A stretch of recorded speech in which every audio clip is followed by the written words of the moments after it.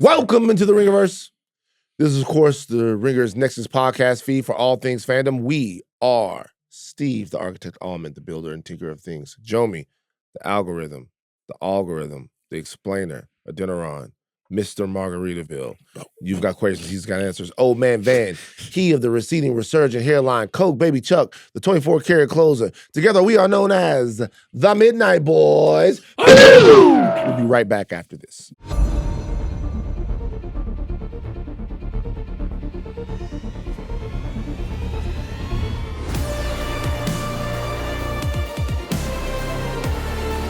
Follow us on socials, the Midnight Boys Pod on Insta and TikTok, at Ringerverse on Insta, Twitter, Facebook, and TikTok.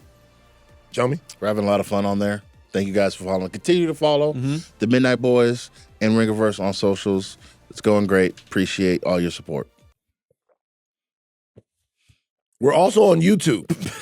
What? Like, comment, subscribe. What are you going? Share. What's with you this morning? Sorry. You good, man? You want to talk about Passionate. You can watch every Midnight Boys and House of R episode on youtube.com/@Ringerverse and also on Spotify. Programming reminders. Okay, on Tuesday, the House of R gives you their summer hypermeter. Now, what kind of things go into a summer hypermeter, guys? Well, all the stuff that's coming out this summer. We got The Odyssey. You got Spider-Man. Let's do our quick. So we're gonna do a quick hype meter, and it's gonna be guns up, guns down. Okay. All right. Okay. Let's go. Call them out, Jomi. Spider-Man. Guns up. The Odyssey. Guns up. Street Fighter.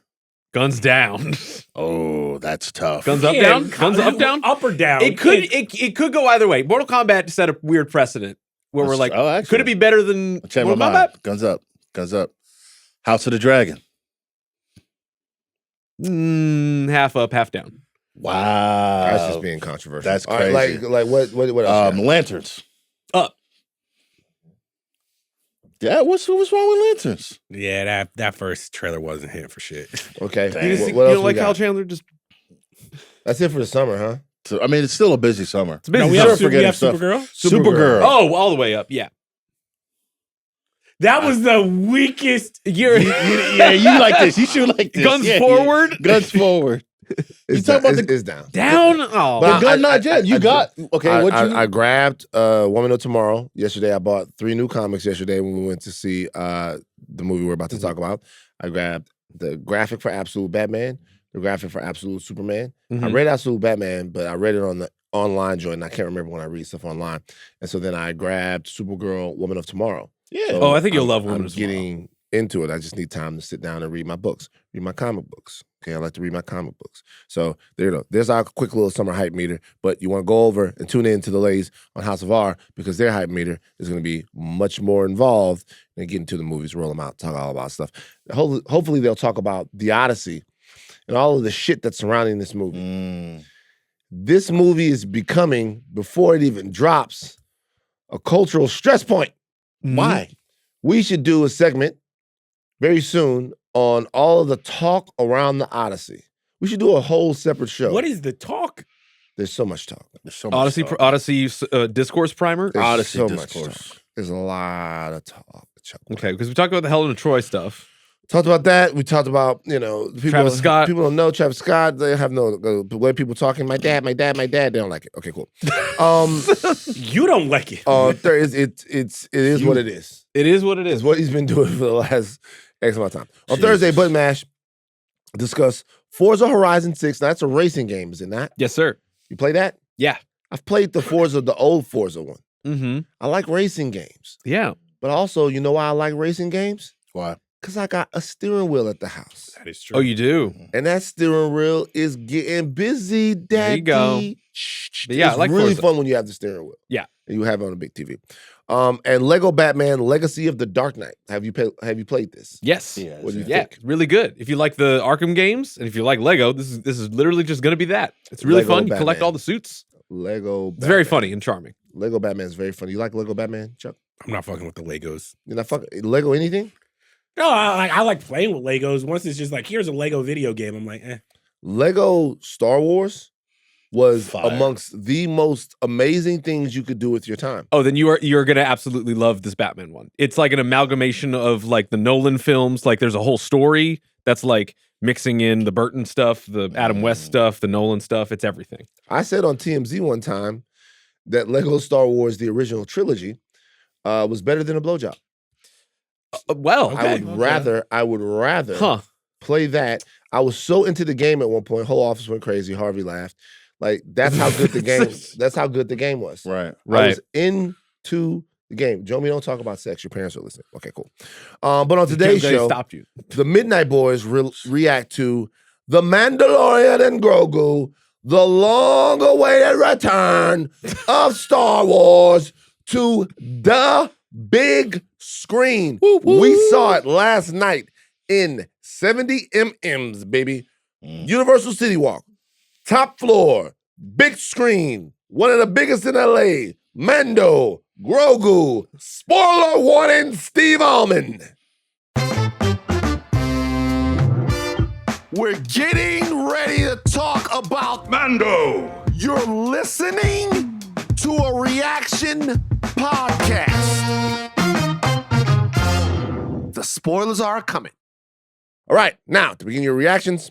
Our reactions, we say your reactions, our reactions, you as us, we're together, we are in simpatico. We once again bring you the Midnight Manifest, talking about all the need to know. Chuck Wagon, please. This is your Midnight Manifest for The Mandalorian and Grogu, directed by Jon Favreau, written by Favreau, Dave Filoni, and Noah Clore, starring Pedro Pascal, Jeremy Allen White, Sigourney Weaver. Now, working for the New Republic, Mando and Grogu are sent on a mission to save Jabba the Hutt's son, Rada. The Hutt twins, now in charge of Jabba's territory, want their nephew back. What they don't realize is that Rada is now a gladiator fighting for his freedom, who wants to distance himself from the family criminal enterprise. Mando and Grogu free Rada, which angers the twins. The Mandalorian must escape bounty hunter Embo and a host of droids. After being injured by a poisonous water snake and dying in the woods, Grogu embarks on a journey to save Mando and prove his love to his mentor and father figure. That has been your Midnight Manifest for The Mandalorian and Grogu. Van, where do we want to start with this movie that was far longer than I think I was prepared for? I was like, oh, okay, this is a long movie. Well, let's get into the story of the movie first. Now, a lot of people that are watching this were wondering, like a lot of us were, what was going to be the story of this film and how were they going to take The Mandalorian and Grogu, a show that is as episodic a show as Star Wars has ever produced. Most of the Star Wars shows that get produced are they're more of long stories that are fractioned out and build their momentum, kind of like a more classic TV deal. It's a contemporary TV deal, should I say. Mandalorian and Grogu, though, has always been episodic to the point of it was like old school adventure of the week type of situation, boss of the week, world of the week, creature of the week, all of that stuff. Now, in the last sort of ill-fated season, they did get into a little bit more of trying to put a through line through all of this stuff that built energy to the end. Didn't quite work as well for some people because Lizzo was in it. Now, just because Lizzo was in it? Mm-hmm. Also Jack Black, and also like Mando kind of became a cop and a bunch of other stuff. All of that stuff.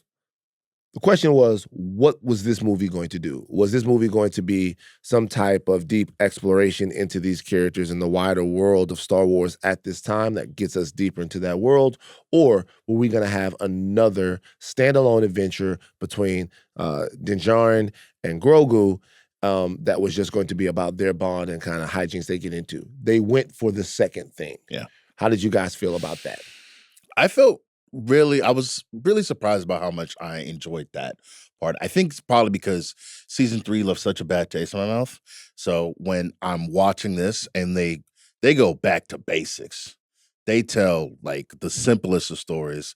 It's you send Mando to do one thing, he comes back, and then there's a complication, and then he gets captured, and all of that I enjoyed. And I think the thing that really brought the most joy for me is seeing Grogu like actually be a character. Yep. Like there's a section of the film where it's 20 minutes. It's basically Grogu alone, and he saves Din Djarin. He's trying to heal him, and he's like communing with the Force. And I'm like, bro, this is what I always wanted. Look at my little man growing up. I think ultimately the movie did what it had to do, which is not only like showcase that these characters not only can, like we can make this stuff like grand again, but also like we actually do like season 3 was an aberration. We actually do understand these characters again. Sure. I would agree with a lot of that. There's a lot that I have enjoyed about this movie since like the 12 hours that I've had since watching it. But as I was thinking more and more, I'm like, this really feels like kind of not the worst instincts of the Star Wars apparatus and the show, but still not the best instincts of all of this show. I feel like the structure and the pacing of this movie is kind of off the rails a bit. Right. This feels like literally 4 episodes of this TV show smushed together into one, to where I could actually call cut to credits in certain aspects of this movie every 45 minutes to say that this is the next episode. It's a good season of The Mandalorian. It's a very good half season of The Mandalorian. It's a really good season. But and it was fun. I had an enjoyable time with it. I still can't meaningfully say that I thought that anything was substantive or moved the needle in any way. And I think my major thought is that if this movie never happened, these characters would be in the exact same space, both physically and mentally, than when we started. And that can be okay. Couldn't even talk about the movie before we got into the deeper. But I liked it. Trash. What's wrong now, Vin? What's wrong? What's wrong now, Vin? I like parts and I didn't like parts. I don't care. Oh, okay. Yeah. Is this Animal Pack Van? What is this? What's this energy today? I took an Ativan. Oh, okay. I'm sorry. I apologize to the audience. So he's humming a little bit. Chuck? I think it's very difficult to be upset with this movie. It goes down smooth. There's just something about Grogu that's magical, the Anzellans. Yep. This is very much Star Wars as kids' entertainment. So if I'm like reviewing the movie as this was a fun time to spend 2 hours with a bunch of puppets, with a bunch of creatures that I love, yeah, it did its job. Just even story-wise, though, this is not an ambitious film. No.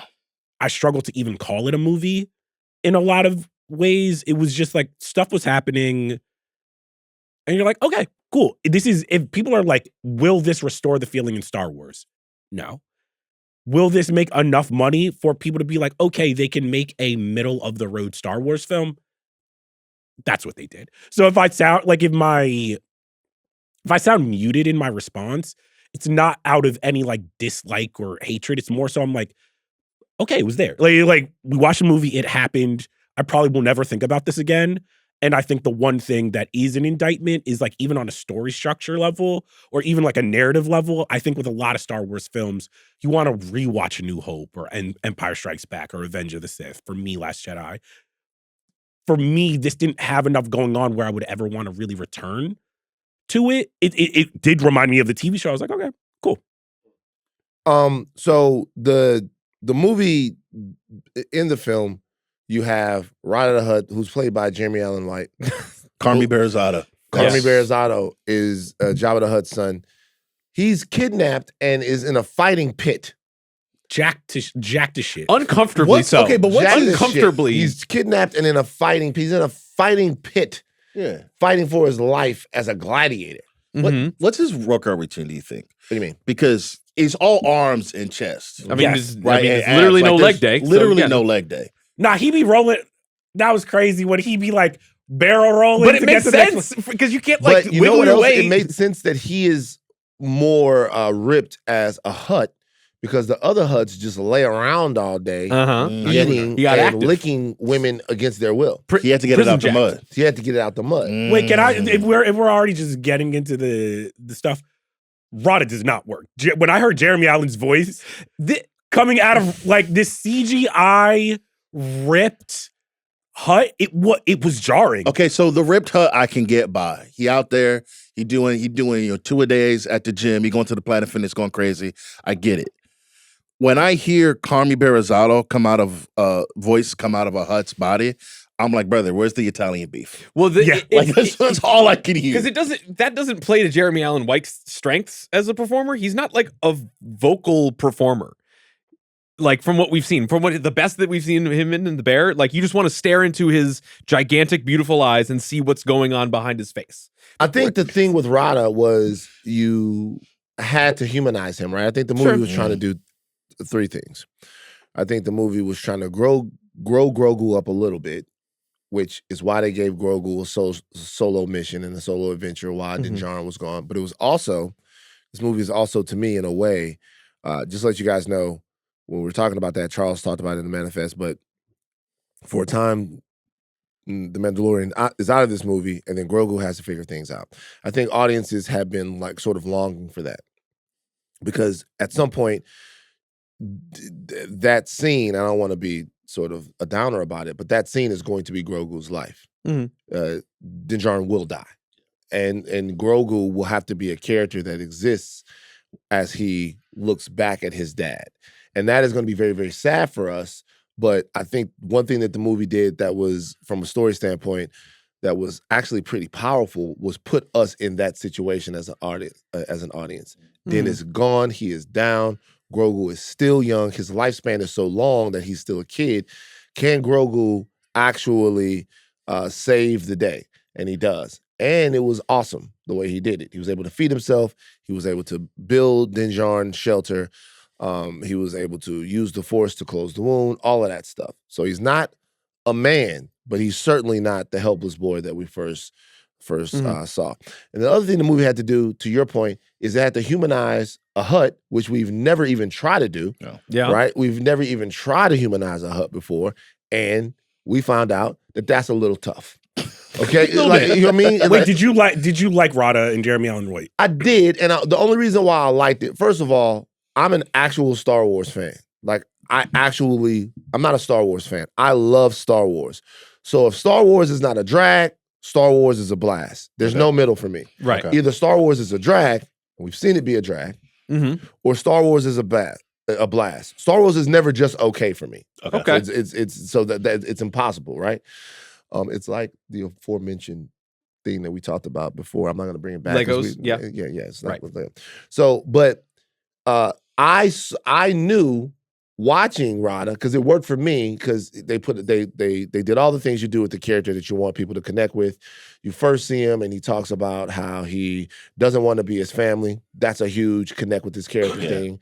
He tells Grogu a bunch of times how he doesn't want to be like his dad. He doesn't want to be on his dad. That is the one thing that when you see a movie doing stuff like that, humanize a character, and then at the end, they put him in peril where he has to be saved by someone else. So they're trying to make that character human. It's tough for a Hutt. Yeah, it's tough for a Hutt. It's tough for a Hutt. Here for a Hutt. Yeah. This is, and watching this, I was like, oh, the Clone Wars stands one for better and worse.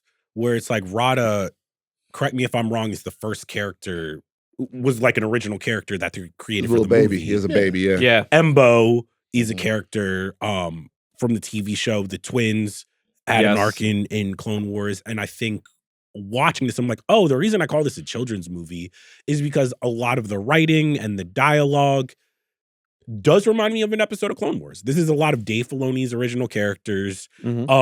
It's told in the middle of a story, so you don't actually have to push the Star Wars narrative forward that much. So what I was left with watching this is I'm like, while I think it pushed Grogu as a character forward, I don't know if it did the same thing for Mando. I almost think like Mando as a character was a little bit in stasis. And it speaks to me volumes that the best part of this movie does not have Mando in it at all. Yeah. It is basically a silent film with Grogu. And that to me was just like, this could have just been a 20-minute short film and I would have been even more, like I wanted more of that section when Grogu's trying to save Mando. Mando's in an interesting place in this story. Yeah. Number one, Mando's an interesting character. You can't see his face. Yeah. Right. And we see his face. Every time we see his face, we know something bad has to happen, so we can't see his face. But he's also in an interesting place from a story perspective because all of the Mandalorian lore that surrounded him has been thrown off. Yep. The Darksaber thing. Oh, God. All of that stuff is gone. Right? So then the question becomes, now, what is his main driving force? What gets him up to shine his armor in the morning? Okay, it's obviously being Grogu's dad, which you see in this movie. But what I will say that they did do with the character is they've essentially made him a part of the New Republic. They don't go hard in on that because I think they want the freedom to not have Mando care about anybody's one specific cause, but to know that he is aligned with them for Mandalorian is interesting. I don't know that we've seen one like that. No, I think you're completely right in your assessment because we spent, again, not to harp back on it, but season 3 was all about the Mandalorian and like what it means to be a Mandalorian and like that specific group of people, and it did not work at all, right? And so at this point, it's like advancing Grogu makes a lot more sense in this part of the story because they haven't figured out the Mando part of it. They haven't, right? I think they might have been like this. The Mandalorian lore honestly scared people. Yeah, where I'm like, as much as I did want them to push the narrative forward in Star Wars, I was happy that we weren't in Darksaber territory. No, I frankly, like that's the stuff I love. That's the stuff I really enjoy. And they sold it in season 3. Absolutely sold it. And so leaving the movie, as much as I would have loved to like see them try to like, kind of reverse on that and try to like make some of that stuff right. I'm really glad they didn't touch on that because it just left a really bad taste in my mouth last time we saw that stuff. But sometimes I feel like this movie is kind of a indication that like Star Wars in the grander scheme of things is a little scared of itself to want to actually push things forward because of it's very aware of its failures. Yeah. And if you wanted to be that thing of going back to basics and sticking with an adventure that Mando and Grogu can be a part of, we've all seen all 3 seasons of this. We've all stuck around with these characters. Yeah. There's some sort of pre-baked notion that we would at least be somewhat familiar with some of these people. You know what? Absolutely. And Star Wars is in its Drake era. Now that you're saying it, Star Wars is right where Drake is now, where it is like, all right, you get throttled so bad and the public is so tired of you that this movie feels like, oh, do you guys want a little nostalgia? Wait, too much? Do you guys want baby Grogu? Okay, you guys like Babu Frick, right? Here's a little bit of the Anzellans. And once again, I'm like, hey, yo, I love all of these things in a vacuum. Yeah. But you are kind of like, damn, I remember when these movies used to feel like an event. Right. And this is not an event movie. Yeah. This is just a kind of like placeholder until they figure out what the fans want. I'm not gonna be as pessimistic. I think if I'm leaving this movie, I think the optimistic take would be they figured out like what to do with Grogu, like to make Grogu an actual. He's not just an accessory to Mando. He's just not a guy on the shoulder, or he's pushing it, or he's got the little cart thing. Grogu can actually like participate and help and like be his own character. And going forward, if we see more of that, like one day I would like to see the little homie hold a little lightsaber or something like that. That would be great. Right. But like we can actually get there. I can see that vision now versus him just being on the shoulder and every so often lifting something and then collapsing with the Force. But with all of the things that we've seen that the show has done to like affirm and like buttress that relationship between Din and Grogu, I would have loved to see something resembling that in this, and I don't think we really got it. What like, do you mean? More of the fact that like everybody that Din encounters is like the twins, for example. They're like, you will die, and he won't even be able to speak his first words. You won't be able to protect him forever, and he just kind of like, and we've known this like since season 2. And there's no real like reaffirmation or readjusting of his psyche around that idea. He's just kind of going along with it. What do you mean? Where I don't know, because like the idea of like when he was about to like go visit him with Luke and like he was stopped. He's like, oh, he's right there. Like he just wanted to see him. That's his son. And from now, I'm just like, okay, this is just this little homie that they're going on adventures with, and I'm not quite convinced that relationship is affirmed. You want a little bit more emotional depth from like a little Din, bit. and, like, It certainly has the time to make that. I in mean, this I movie. want to see what I thought was interesting was when Embo is his name, right? Yeah. I actually was like, when we finally get to see their little like homestead that we saw in season 3, I was like, oh, that's interesting. I want to see what the home life is like. What your home life is like, because I'm like, Din has been raising Grogu. They're now a family. Yeah. Like, I act like him with the little like Babu Frick uncles. I was like, damn, if this was an episode of TV, I just wanted a little episode where they're like going to the grocery making store. coffee and shit. Yeah. And aliens were so funny, man. They were the best part. I am so defenseless funny, against the man. aliens. That's S tier key jingling for No, me. that's I love it. when they're on screen. I was like, dog, because when whatchamacallit, when Embo's like fucking wolf kept trying to eat the Babu. I was literally so scared. I'm like, they wouldn't have him eat it. Oh, I They wanted wouldn't have the him dog eat to eat it. No. Yeah. Brother, it's been such a bad week for dogs and like killing dogs. You Killing gonna let the dogs. Babu Frick die? Same thing. Come on, man. You know what I think Star Wars has to figure out? I think Star Wars has to figure out what a lot of these things have to figure out, which is that for most of these audiences, a good time at the movies is not enough anymore. When people ask what's the difference between making movies now and making movies like when I grew up, is that if you went to the movies and you had a good time, you were good. That was Right. it. Like that was it. So you could make like Tango and Cash. Like you could make Hell like Breakdown. You can make like a movie that like was a small contained story that like had this thriller engine to it or whatever. You leave there, you could be all right. The movie could not quite work for the theater going audience, but then you could realize how much fun you had with the movie at home. Mhm. You could realize In the how moment, much fun when you're watching it. you had with the movie on DVD, Mhm. right? Then they started making movies specifically for DVD, and then we started to get into this whole different deal where the town was trying to find itself and stuff like that. And so, like, for a Star Wars movie, I think just being in the world is not enough for people anymore. That the expansion of Star Wars killed that. It used to be that 50% of the fun of Star Wars, legitimately half of the fun, was just being in the world again. Just seeing Sure. a lightsaber, hearing the whoosh. That's gone. It's just woo. Okay, that's gone, right? So Right. like people they don't care about that anymore. And also we're cynical moviegoers. Mhm. So like you're watching a scene and you're not in the scene to me. And this is not a Star Wars problem by itself. This is like a movie problem. You're watching the scene and you're not in the scene. Yeah. You're not like legitimately in the scene. You're not like watching like what's happening. You're thinking, what does it mean? Well, what does that mean? Like what's coming? Like who's coming? Whatever. If that doesn't happen, you're out on the movie. So that's a problem for like legitimately all movies. Like me and Jomi went to go see the drama. It's clear what the drama is about. Clear what the movie is about. It's crystal clear that movie is almost fantastical descent into people's insecurities, idiosyncrasies, into love, into society. It's clear what that movie is about, right? But when you leave the movie, people then shred it to try to figure out what it's really about.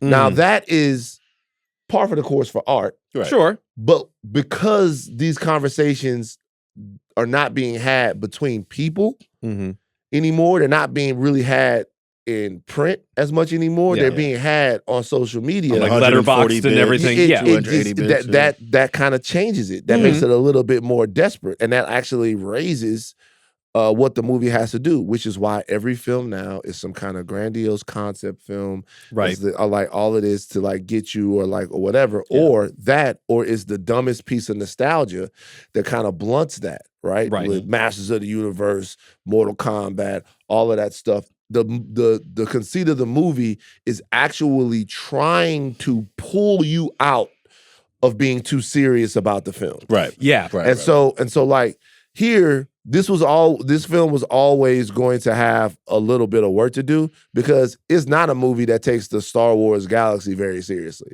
No. In this galaxy, it is about Mando and Grogu. Yes.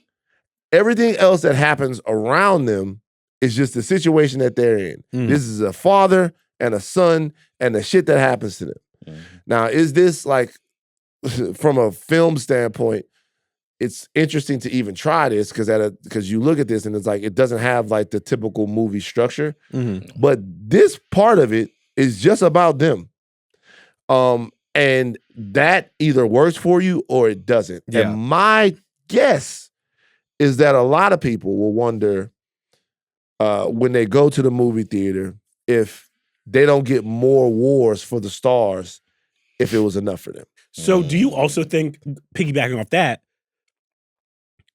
when you're watching this, like when you're watching Empire Strikes Back, originally when you're an audience, you're not worried about all these ancillary characters and where they are. You know what I mean? Same thing with the MCU. When we're first watching a lot of MCU movies, you watch the first Iron Man, and it's a treat when you get to the final, when Nick Fury comes for the stinger, and you're like, oh, this world is bigger. But that comes after you've accepted Iron Man in this world. When I'm watching Mandalorian and Grogu, it was difficult for me to sit there and be like, wait, is Ahsoka going to show up? Is Luke going to show up? Are any of these, because what is actually happening is I'm like, because there's so many Clone Wars characters in here. Sure. You are like, but like, aren't you kind of like faking out yourself for that? Like to not like actively like be present to Van's point? And it's tough because we've been watching Marvel for decades now and we're trained to just sit after the credits to wait for something to happen. For any movie. But that's been what the Mandalorian seasons have been, though. Right. It has been like, oh, you think you're watching the episode of Mando? Oh, Luke is here. Oh, you think Ahsoka's here. And then I think they tried to backpedal with the movie, which is almost weird because you're just like, a TV show is actually the place where you can tell the simple structure story. Right. And I feel good about it. And movies are for the cinematic, oh, we're seeing this beloved character. So I'm not saying it makes the movie worse. I'm more just so saying that we know that this Star Wars world is so big. So when you put someone like Zeb in it, there is a little bit, I'm like, oh, is Zeb okay, I guess that's the only real additional character we're getting. That's why when I say they stripped this movie down to the basics, we're not really seeing, outside of Rada and Embo, we're not really seeing characters like Ahsoka, like Luke, like Bo-Katan, all these people. We're not really running that back again. And I'm glad that that's not bogging the movie down. Exactly, anything. Right? To your point, it's Mandalorian and Grogu. Din Djarin and Grogu. That's it. Right? Those are the characters that get the real, get the emotional weight off in the story. I don't know, man. I think that's a bit of like a... I'm thinking about Doctor Strange and the Multiverse of Madness. When I hear that, it's like we go there, we're like, oh man, there's gonna be all these people in the movie, and we leave the movie, they're not in it, and we're kind of like, that's not what we wanted. I think that's on us, right? That's right. On us to manage our expectations. Like halfway through the movie, I'm sitting there, I'm like he mentions like the gunrunner, right? That comes in, and I'm like, do we know a gunrunner? It's like who's it gonna be? Like who's gonna come out of that ship? And then it's nobody, it's just a robot. I'm kind of like, oh, they're not doing this. They're not doing it. Yeah. It's not happening in this movie. I think that's fun. I think that's but you want to know what Star Wars does it well, though. Not to bring it up, but I'm like, oh, Andor does the great thing where it's just like, instead of doing like the Easter egg shit, we are going to make you care about the characters that we have on screen so much that you're like, no, this is about them. This is their world. When I was watching Mandalorian and Grogu, they still are doing, like, Zeb is a perfect example where if you're going to put Zeb in this film, we don't really get a sense about how that relationship came about. And we never actually get any sense of how the Mandalorian and Zeb, what their relationship is to each other. It's just kind of like, if you watch Rebels, you're like, oh, I know that character. And I was just like, oh, I would have likened more of a beat to just be like, okay, like, what is this ship like? What is this new crew? What is this new team? And it is just kind of like, all right, here's a little cameo for you. Because Zeb pops in and out of the movie without really doing anything. He is there to pick up Mando and drop him off. He's just the chauffeur. And so that's the thing about, my bad, Jomi. No, you got it. That's the thing about Andor is not, Andor is a very desperate story. And so when you make something like really desperate, we talked about this kind of with the villain thing, right? We talk about like maybe we didn't talk about this. Did we talk about this, the villain thing? We might have talked about it after the movie. What conversation was I having? Okay, so I was having a conversation with people about like what makes a good villain, right? Yeah. And I thought I almost brought this up on the podcast. We didn't talk about me talking to Jason Isaacs. No. Okay. No, you have mentioned this though. Okay, so like once Jason Isaacs from The Patriot, I was once talking to him. I saw him in the gym. Oh yeah. And I was talking to him. I was like, "You're a really great villain in The Patriot." And he goes, I was like, "What do you mean?" He goes, "Well, the first time I come on screen, I kill a kid, and I like burn somebody's family farm down. I'm almost certain I said this on the podcast. They'll find it. And so it's not me. It's the writing. The writing puts you into a desperate situation to where he's like a good villain. He's like, this was around the time that he's like, Heath Ledger is a good villain in Batman. Yeah. It's like Heath Ledger doesn't do anything in Batman. Like he doesn't like kill a puppy. Like he does some terrible things, but he's a good villain. That's all about him. Right. The writing is such that they actually leave a little bit of question to whether or not his way of thinking is actually superior to Batman's. That's a good villain. He's like, what I do, whatever. Andor does have the advantage of just putting the characters in these really desperate situations, like super desperate situations, like desperate situations, like being in prison and a hot floor and all of that stuff. This is how bad the empire is, and so that desperation doesn't make you ask the questions that the rest of this stuff makes you ask. Where's the emperor? Like you know what I mean? Like where's Vader? Like all of this stuff is happening. These two people lord over the whole deal. All the questions that you're asking right now, well, like about this stuff, the questions, we don't ask those of Andor because we are too, like, it's a good story, but it's also very easy to do when things are turned up to that level of desperation, right? When it's like that. And doesn't mean that the show is not a badass show. It is a badass show. But we do allow Andor to exist in its own pocket of Star Wars in a way that we don't do for other Star Wars properties. For all the Star Wars properties, the more popcorn they are, the more they serve the average Star Wars fan, the more we want everything in them. Yeah. The more we want to see. We demand a lot from that. Like we want everything in them. And that might be because these movies don't feel desperate enough. They don't feel important enough. I didn't feel like Mando and Grogu were ever actually in any danger. I wasn't like... Even when like Din was like laid up for that like half of the Well, this is a hero story, so you know he's going to survive. Right. But I mean, but to your point, I don't want to rush off that. Like, do you think... And just real quick, in Andor, you know he's going to die. Yeah. So think about that. And this is a hero story where you know that Din and Grogu are going to be okay. Like, we know that that's going to happen. So it's really more about the journey. In Andor, when we compare stuff to Andor, we know that Cassian's dead. We're watching the story of a ghost.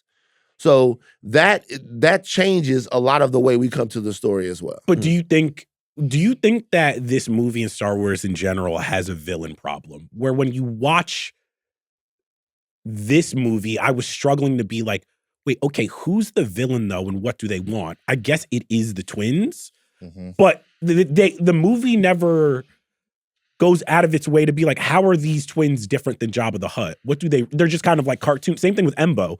It's a character that works on a kid's show because Embo doesn't talk a lot, but I'm like, if Embo doesn't say anything throughout this whole movie, it's just kind of like a CGI character who's putting Mando and Grogu in a little bit of peril. I thought Embo was fucking phenomenal. I thought he was a sinister villain.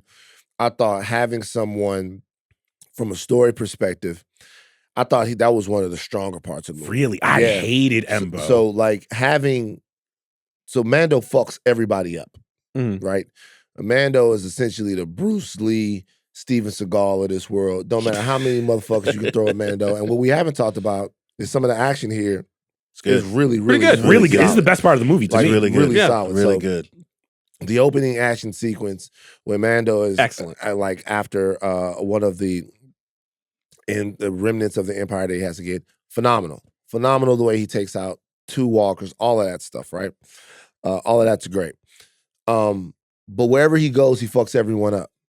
And then Embo, when he gets to Mando's home, just completely outclasses him.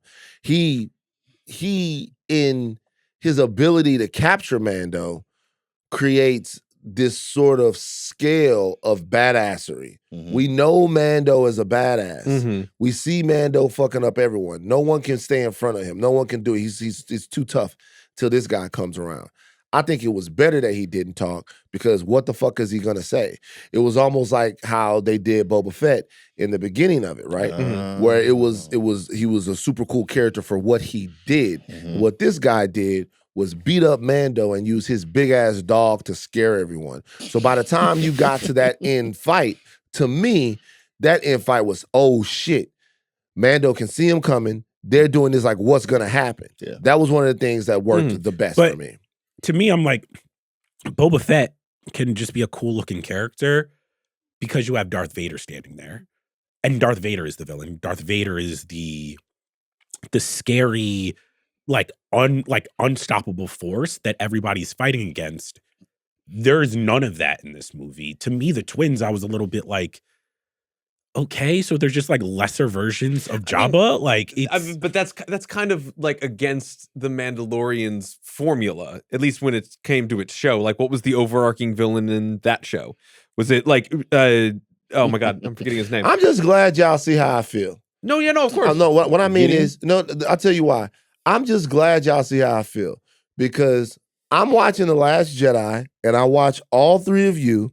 I watch one of my childhood heroes, Luke fucking Skywalker, crush a goddamn X-Wing. Luke Skywalker moves so fast, he's imperceptible. Luke Skywalker, all this stuff. I'm watching Luke Skywalker throw his goddamn lightsaber over the thing, and I'm saying, that's not Luke Skywalker. I know who that guy is. And I'm hearing from you guys, hey, just fall into the story. This is the story they want to tell. This is more interesting. Luke Skywalker wants to cut his fucking nephew's head off, and that's where he's coming in these latter years.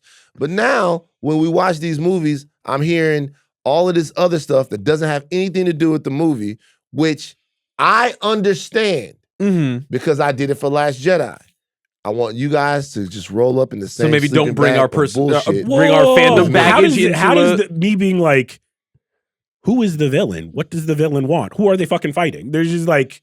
Well, that's clearly outlined in the movie. The villains are the Hutts. They want Rada. They want him dead because Rada is heir to Jabba's entire crime thing. They want him dead. Like Mando. I mean, Rada doesn't even want to be a crime lord. I know, but he's Game of Thrones.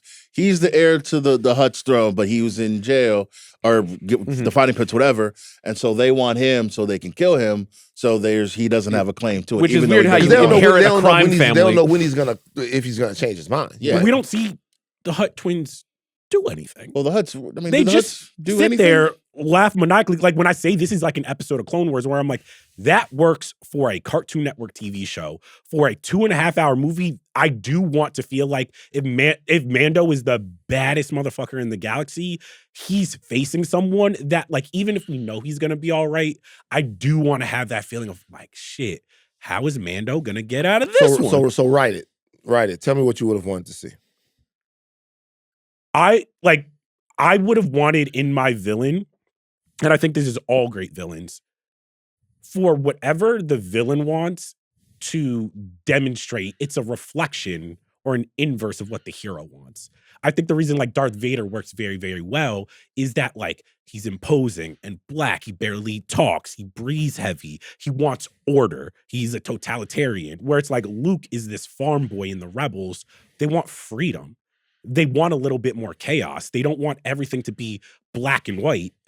And you're just like, you can understand that very, very easily. In this movie, when Mando is fighting against the twins, it's like, it's muddled. They're like, oh, well, they want to kill Rada because that's their nephew and they want to claim to the throne. And you're like, okay, but we don't see them really doing any criminal shit. We don't even see what their syndicate shit is about. So instead, you just kind of have like some cardboard cutouts. And that's like, okay, if it's a children's movie, I'm not going to like ding it that much. But I'm like, yeah, I would have wanted to see the inverse of Mando. Who was the person in the galaxy who was like, hey, Mando and Grogu, you stand for this? Fuck that. That's the wrong way to see the world. That's the wrong way to see the universe. Interesting. So a couple of things. Number one, you know all of that about Darth Vader when you're first watching the movies. But then it turns out that none of that is true. Yes. Right. So which is great writing. Well, it's writing that took 40 years. Right. So like even when like all of the stuff that you learn about Darth Vader as it relates to Luke Skywalker, Darth Vader, we then learn over the course of a long time that Darth Vader was Luke Skywalker. And the mistakes that he made didn't have anything to do with order or any of that stuff. The mistakes that he made were all personal mistakes. So comparing Darth Vader to any villain that you would get on screen for one time, you've had 50 years with them. No, but if you go to Empire Strikes Back, because this movie does have that moment where it's like, okay, we are on a swampy planet, and what is the thing that like Luke realizes he's afraid of most? It's the Vader within him. Mm-hmm. And it's like, oh, that says so much about the character. Yeah, we're gonna get books about it and comics about it and the prequels, but even if none of that exists, the minute that Darth Vader is like, Luke, I am your father, you're just like, oh, okay, so I see, I learned so much about Luke through the villain, and we never really get that in Mandalorian and Grogu. Even when Grogu is on his little side mission, we don't really get that much about just what makes this character tick, because it's just like, okay, this is like a silent film, which is fine. It is just, it's not cinematic. It is very much a TV show. Okay, so if I'm continuing to hold water for Disney, thank you, Mr. Michael Mouse. So this is what I would say. Number one, not all villains are created equal. Yeah. We're if you're talking about Vader, you're talking about the number one villain in the history of popular culture besides the Joker, right? There is a part of this where the audience this is a movie that's kind of more for Star Wars fans, so they're expecting you to know who and what the Hutts are. So if you have twin Hutts there at the top of the entire crime syndicate that are after one of their own, that person is in a dangerous situation because of the reach, the resources, and the viciousness of the Hutts, what they're willing to do, right? So if a Hutt was after me, I would think that maybe that Hutt would want to take me and put me in what they had Leia wearing, and then get all down with me and have me dance around. They're gonna lick you? Because I'm fucking sexy like that, right? Yeah. So Hutts are in a bad situation.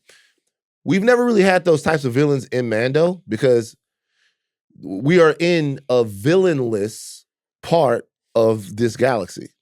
Like this part of the guy that you're talking about, he's dead. Well, they tried to do that with Giancarlo Esposito's character. They did, and at the same time, like it was whack. like having him there. But like the reality is, like we're in a time, and this is kind of the conceit of the entire movie. That's why part of it is just what it is. That's what it'll be, because we're at a time when there are scattered smaller villains and not huge iconic villains, right? That's another reason why the fucking First Order didn't really work, if we're being honest. The First Order didn't really work because it wasn't a new set of desperate villains that had these. It was kind of a sequel to the villains that we already knew. Quite literally them literally with seemingly unlimited resources. But wasn't Vader originally and the Thrawn was Emperor. supposed to be the backbone of this? Could have been, and even with Thrawn didn't really work in Ahsoka. Not really. And But I mean, that's to his point, though. It's like you take these characters from the show and you put them in live action, and they don't really translate. Well, I mean,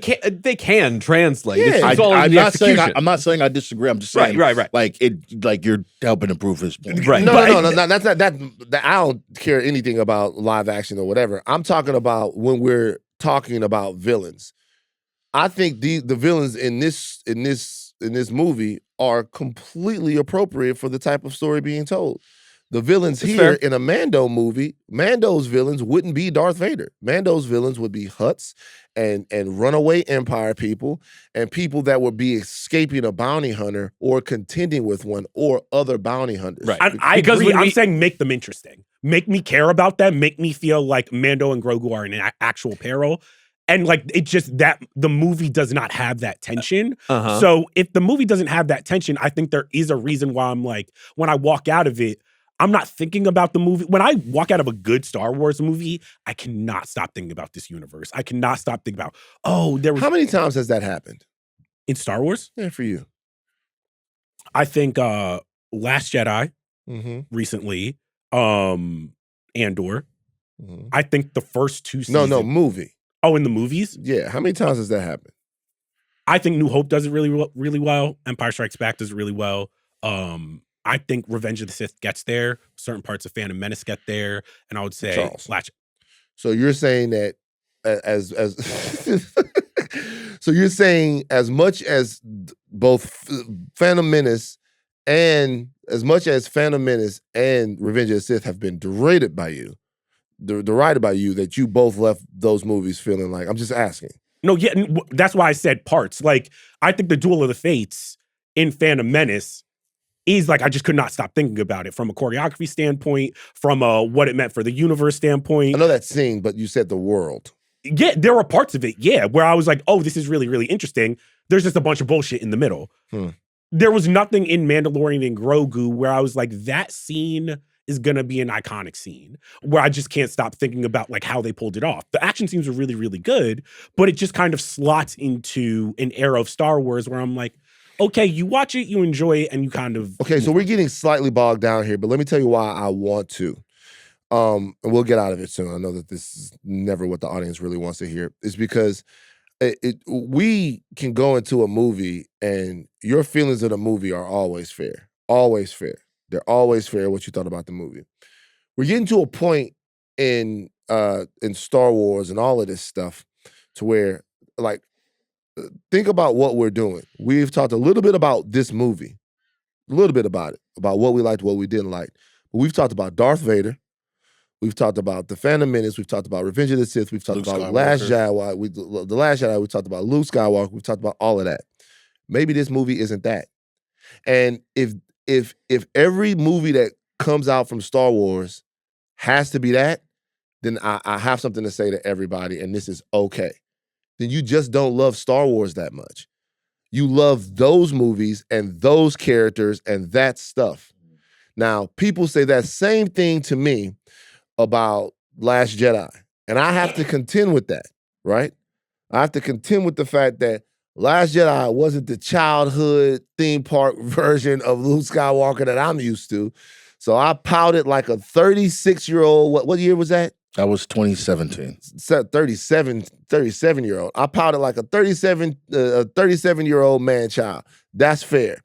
But for us to really, really be able to not just enjoy, but analyze this stuff, we're going to have to do what Kylo Ren tried to get Rey to do in Last Jedi, which is what? You guys remember what he said to her? Kill the past. Kill the past. But this movie, we go like kill it if you have past. Forget the past. Kill it if you have to. At some point, I'm not saying we have to do it now, guys, but I'm saying at some point we're going to have to kill the past. But Dave Filoni and Jon Favreau in this movie can't kill the past, because whenever the movie gets shaky, they go back to the toy box and be like, hey, yo, this isn't Jabba the Hutt, but it kind of is like Jabba the Hutt. Hutts exist in this world. The Force exists in this world. But what I'm saying is there enough to analyze? These are new characters.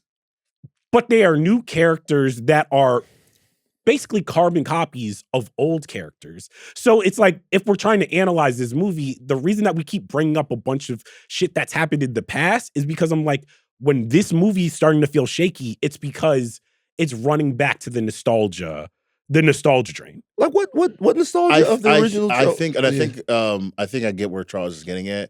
I think I said this. We had this big post-credits discussion at the end of the Super Mario Galaxy pod where we talked about Star Wars with Rob. And I think the thing is, and I said this then, back in the day when George Lucas was making Star Wars, he was making it off like Flash Gordon and Kurosawa films and all this stuff. Like he was taking archetypes from different genres and making Star Wars. Now they're making Star Wars, like Dave Filoni's making Star Wars. The people making Star Wars are raised on Star Wars. Exactly, right? It's like The Simpsons. When they were doing Batman, the animated series, all this stuff, those were their inspirations. Yeah. Now the people writing Simpsons are people who grew up watching The Simpsons. Yes. Right? And so all the archetypes you're talking about are Star Wars archetypes, right? The bounty hunters, the Hutts, all that stuff are just stuff that like we see all the time in Star Wars because those are those characters that we're used to. And so you can sub in the twins for Jabba, Embo for Cad Bane, all that stuff. It's all going to feel very similar because these are all just Star Wars archetypes that you can sub in and put in at any time. So frankly, for the most part, the most different stuff we get are the Force stuff. Luke, Leia, Darth Vader, all that stuff is like unique within the world. The bounty hunter stuff, the non-force stuff is pretty kind of It's very by cookie numbers. cutter. It's just It's like you're very like, by okay, numbers. cool. I mean, And like I said, like Like the adventure bounty serials, hunters, like Monster of the Week, Situation of the Week. Do this contract, come to complete the mission. they're Come back not home. as not I don't want to say complex because that seems a little like Simple. harsh, but a little more simple, right? You could have subbed Cad Bane for Embo, and he would have talked a bit more, but it would have been a similar thing. You could have Jabba the Hutt could have been the twins, and it would have been a little bit more interesting because we know Jabba the Hutt, but it wouldn't be as like the movie would still be the same. Is my point. And so like not to like completely agree with Charles, but there is a level of these characters can all like we all have facsimiles for these characters in this universe all the time. So I see you guys' point. You guys watch mob movies? Yeah. You like them? I mean, these archetype rom-coms, heist movies. So what I'm saying is, like, what I'm saying is, this analysis is interesting because if you watch a mob movie, tell me some archetypes that are in a mob movie. The Oh, rat, well, you got the big prodigal boss, son who big tries boss, to move away, comes back. You got the big boss. You got the second in soldier. command. Yeah, You also have You got the Judas character. you have the pragmatic mobster who only kills when he needs to. the and wife then you, who's like the right-hand man. Then you have Consigliere. the mobster that's fucking crazy and is Yeah. looking for a reason to kill anybody. Yeah. You have all of that stuff. Do you know why? Because that's the way the mob is. Because that world, we know enough about that world, both through what we've created in the world and through the actual world, the way that it exists, that all of these characters, that's how they exist, right? Yeah. And the reason why people are building characters that exist inside of a world is because that world is fully formed. Right. And so, like, once again, you're getting to a point to where, for me, when we're having these discussions, the discussions to me are starting to become about, okay, like it's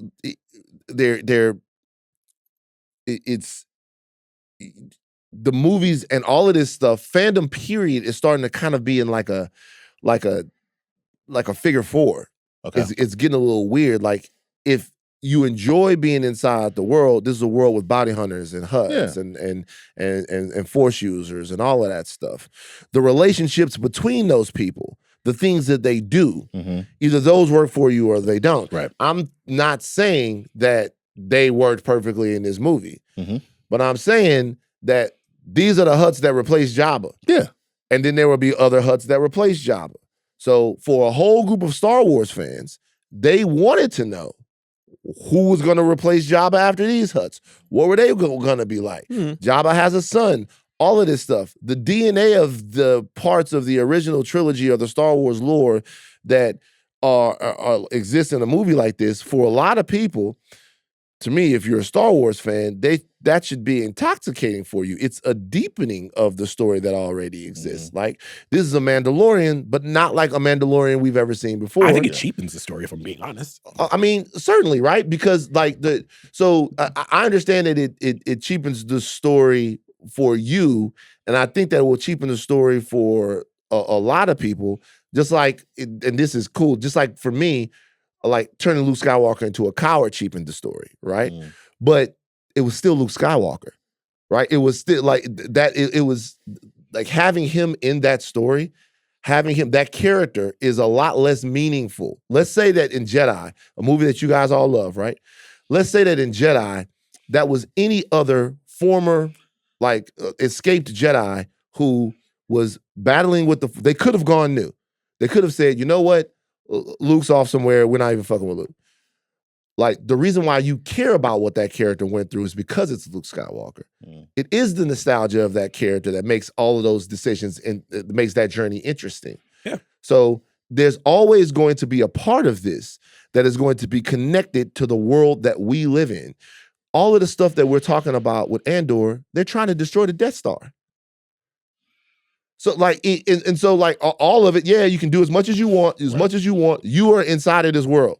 That you're inside of this world. You're trying to destroy the Death Star, and Andor wanted to make sure that they reminded you that they were trying to destroy the Death Star. So you saw it. So you knew that you were back in the world. You got Lathan, you got Cyril. Yeah. You got characters that were so memorable that it's like it overcomes just that, like, oh, it's not just nostalgia bait. It is just like, hey, even within nostalgia, we can introduce something new. We can introduce like a new character with a type of thought process or the way that they move through the world that deepens the world. Where I'm not saying Mandalorian and Grogu was a bad movie. I just thought some of the Anzellans is a perfect example. I love the little Babu Fricks. They're great. You can't watch this movie and not be entertained by them. It's not anything, but at the same time, it is going to be a little bit of jingling keys where you're just like, okay, sure. Like, I've seen them. They're cute. You know, they work. Hey, what else is there? And I think when we're talking about this movie, the reason that we're getting off on tangents is if we're just talking about the plot of this movie, not much happens. I don't agree. Like, it is the reason why we're getting off of it is because this movie was always going to be, rather than a piece of art that existed for itself, nobody sitting down in front of the film. You guys, the movie's not about to win 8 Oscars and go crazy, okay? But sitting down in front of the film, it was never going to be about the movie. It's going to be a referendum. It was going to be a referendum on Star Wars, the health of Star Wars, the depth of Star Wars. It was going to be a referendum of all of that. We haven't talked about the goddamn terrifying snake dragon. Dragon snake. That was sick. The dragon snake, With the poisonous, all of that stuff. There was plenty of things that happened in the movie, plenty of action, like Mando clearing out the entire club where he fucking knocks the guy's horn off and stuff like that. I like him dropping the salt in the Dropping drink. the salt. That was There's great. plenty Great of touch. stuff in this movie that happens that is a lot of fun. Mm. But Scorsese's great. what happened? Martin Scorsese's great. Martin Scorsese's great. I don't want the money. I didn't tell you anything. Like he's funny in the movie. There's plenty of stuff in the movie to enjoy. I personally totally agree with the fact that it feels like a television episode. Totally agree. Not just one, but four. I totally agree with the fact that it feels like a television episode. But I think to our larger conversations regarding Star Wars and fandom, we litigate trailers based upon this is what we do now. Yeah. Before the movie comes out, we litigate trailers based on how we feel about the trailer. We litigate how the trailer looks, how the casting of this, the this and the this, this and the that, and then we wonder why we can't fall into the movie anymore. It's still on the storytellers to make the story into something. But I will say that we can take a step back and breathe a little bit.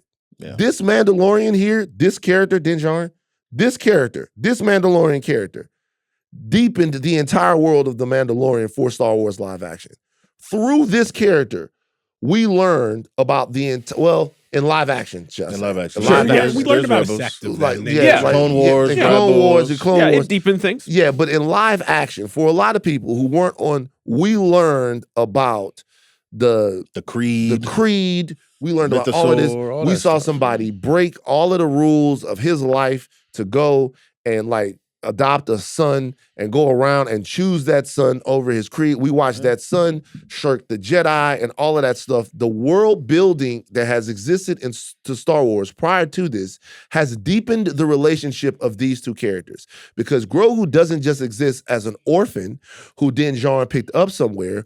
Grogu is the orphan that rejected Luke Skywalker and the Jedi.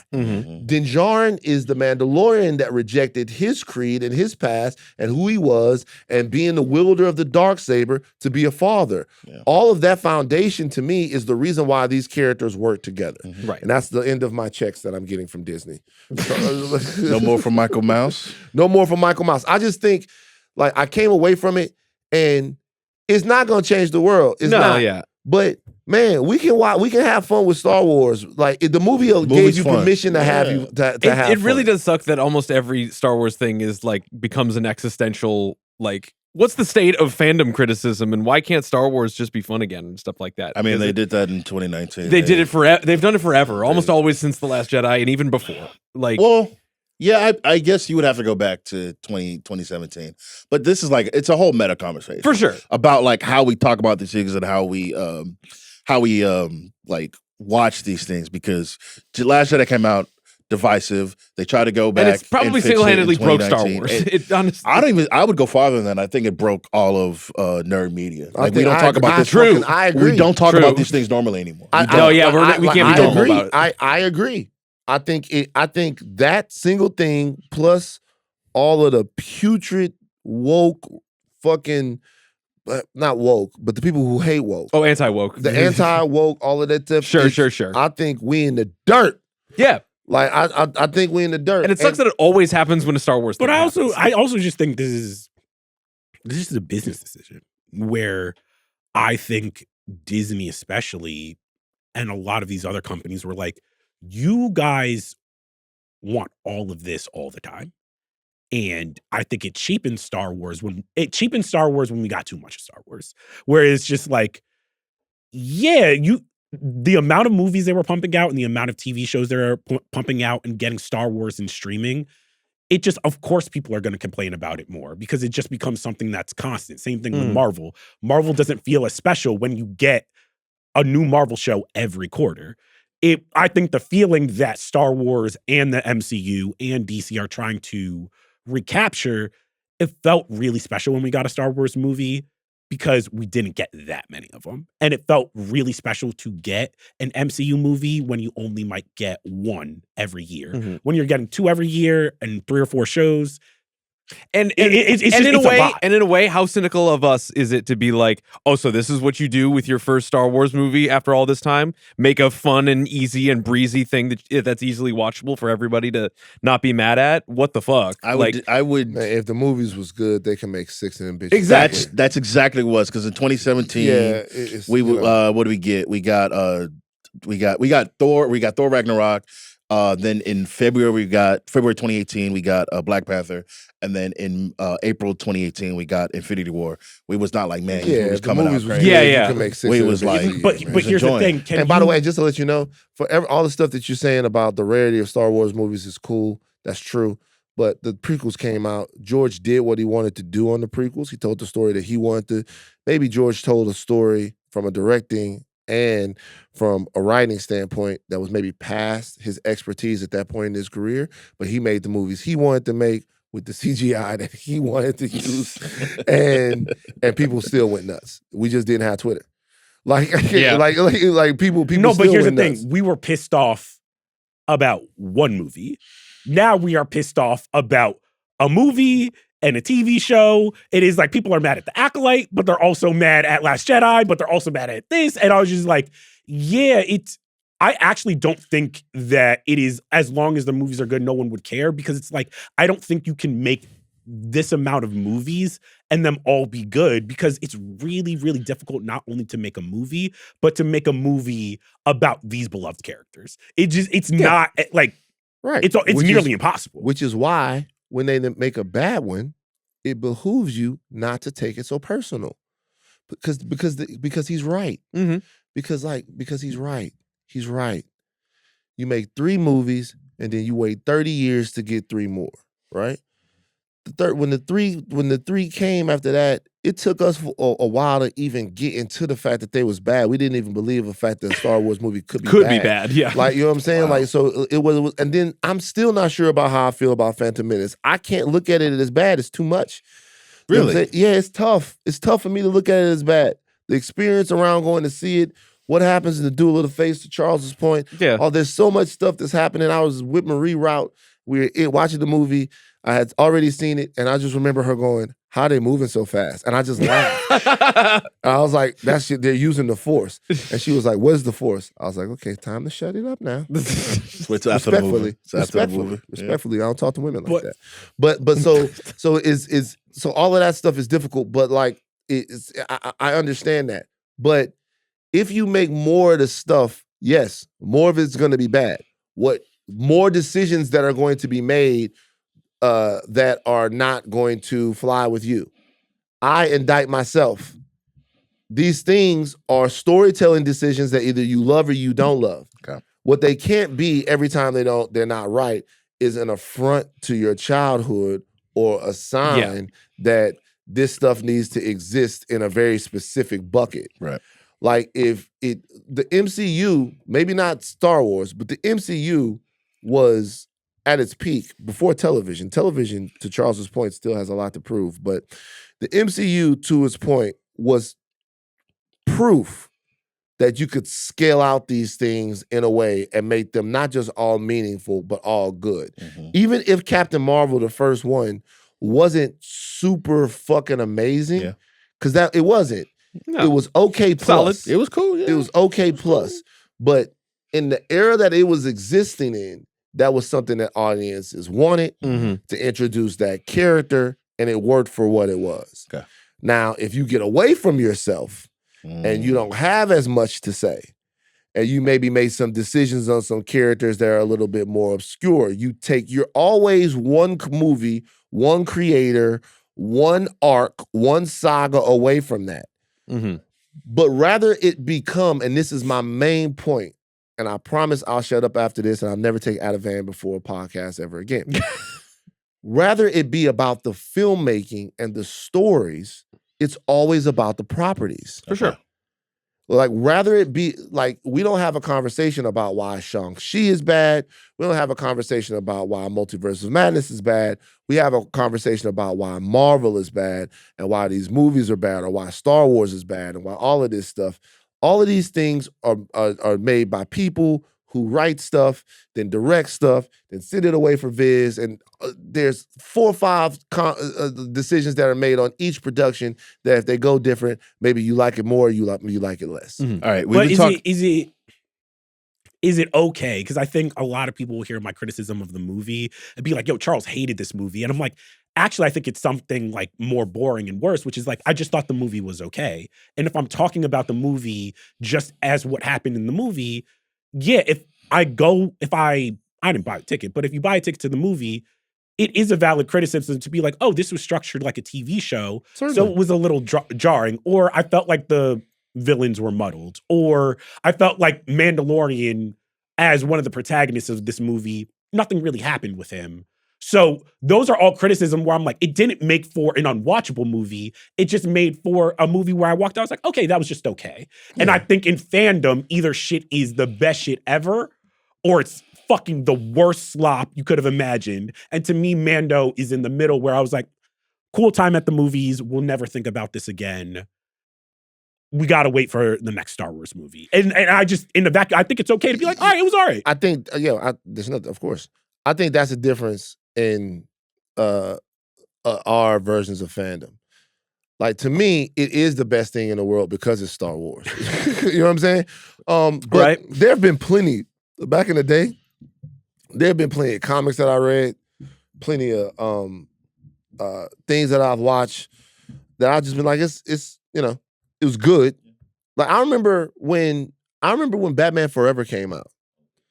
Oh no. Batman Forever is just fine.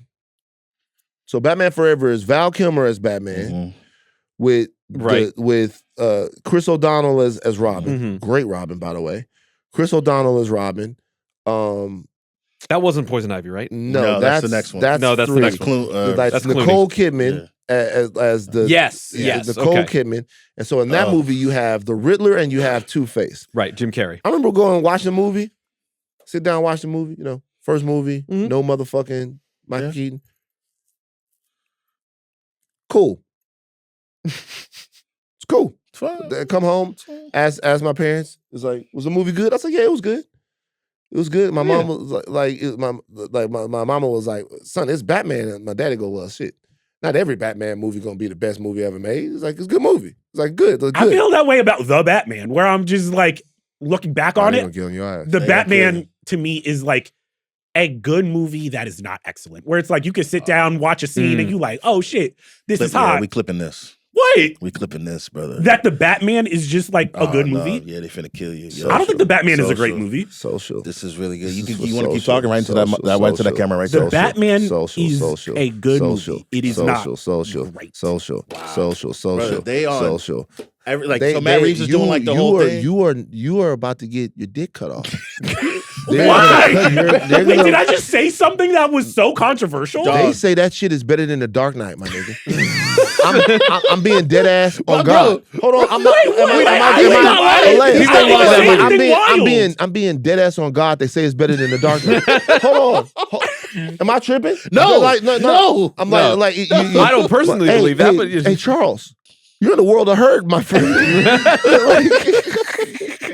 I personally like. It's not. I don't think it's like. I don't even think it's really a conversation. Really, you know, if you really want to like open up your mind and be really woke about it, we could talk about it. But frankly, I think it's different levels. You get online right now. Matt Reeves is like posting who's going to be in the Batman Part 2, and people are like, "Oh man, I can't wait." Yeah. James Gunn, you in the dirt. This is going to be the second greatest Batman, or the greatest Batman movie ever, and the number 2 is going to be the Batman 2022. Like you're living in a different world. All right, I didn't fucking know that Batman has shooters like that. Bro, It's It not really a does. army, bro. It really does. I ain't doing Melissa, man, damn. Now I know you're lying. All right, let's go. Let's go back. We talked about other movies in the Star Wars. Let's see where Mando and Grogu stack. Oh wait, up. let's rank all mainline has to be in a movie theater. So I think number God. 1 still is Empire Strikes Back. Well, yeah, it's not better than any of the original trilogy. No. No. Is it better than Phantom Menace? It's a tighter movie than Phantom Menace. Yeah. I'm picking Phantom Menace over it. And this movie don't have Duel of Fates. Like if you don't have Duel of Fates in your movie, Okay, I can't do it, bro. Can't do it. I can't. Where That's you at? fine. It's fair. It doesn't have dual Does face. that Duel of Fates? Yeah. Attack of the Clones. easily. It's got. Yeah, it's better than It's that. got to be Easily better. better. Revenge of the Sith. Nah, fuck. You out of here, mine. Get the fuck out of here. No. And don't Rogue ever- One, hey, no. The Force don't ever Awakens. play me. Force Awakens. I'll take Force Awakens. Force Awakens is better than this. I'll take Force Awakens. Yeah. Last Jedi. Obviously, you guys are gonna say no. Nah, I'm not No. gonna say no. Yeah. Are you gonna take it? I mean, look, I've come to appreciate The Last Jedi. It's fine. Rise of Skywalker. Yes. Obviously. Easily. Solo. Yes. Yes. Yes. Now listen. Now. Solo's not that bad. Solo, not bad. Enjoy Solo. Alden Ehrenreich, and innocent. I could make an argument. We can almost do a whole pod on this. That Solo has a little bit more in it than this movie does from a dynamic standpoint. Talk to him. Talk to him. Okay. No, I no, can I talk to him. agree. I agree. could make an Solo has some argument juice. that Solo, but here's the problem with Solo, and this is not to diss anybody. You have to nail Han Solo for Solo to really be. He I did agree. his best, man. What do you All right, what do you well, expect? Once again, I'm not mad at participation him. trophy ass shit. There's Solo is good. That's not Han Solo, Okay. and it's okay. It's okay for us to be like, I think Solo is as good as you can make a Solo movie that does not have Harrison Ford in it. Okay. Yeah. But fine. I mean, Sure. so when and look, don't try to make me act like I was being mean towards him. You.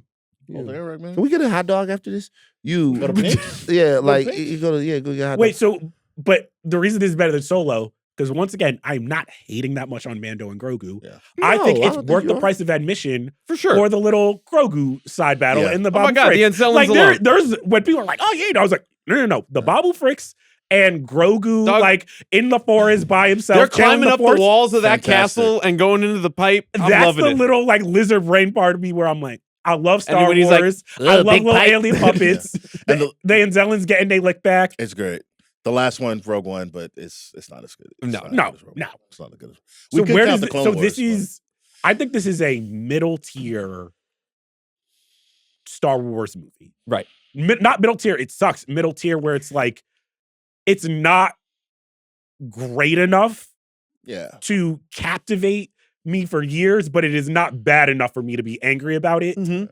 It's just a good time at the movie. And hey, even if you remotely like Mando and Grogu, and you were even a little annoyed at how season 3 shook out, guess what? This is a great correction of that, and you had a great time. I gotta be honest, man. Not to get back on like the big Star Wars convo, but I tweeted this the other day.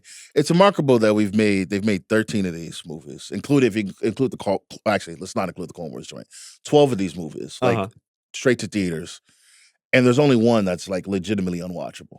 well, two. You would say Attack of the Clones unwatchable? Attack of the Clones is bad. I was thinking that, but I then don't know that it's unwatchable. I don't think it's Not unwatchable. unwatchable, but it's not great. It's not Duel of the Fates. But when Yoda is slinging that lightsaber, him That's and a Dooku fucking going fun. crazy. That's a fantastic. Yeah, scene. but there's too much. There's too much bullshit. There's a lot. in There's that a lot of movie. nonsense yeah. in that movie. But that's the movie where think about it. That's the movie where we get the Dooku the, gets the busy. Sand people genocide. Dooku. There's stuff to watch. But the thing, like, let's say Rest you in had peace to like to Sand you're rewatching Star Wars and you like I had the crib. You're like, all right, I'm gonna put on the original trilogy. You obviously gonna watch all 3 movies. I'm gonna put the prequel trilogy. You're gonna watch all 3 of the movies. If I tell you to go home right now and you got to go home and rewatch the sequel trilogy.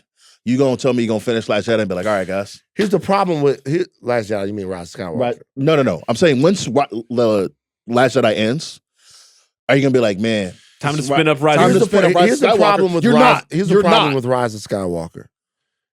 It is nothing. Yeah. Okay. It's soulless. There's nothing.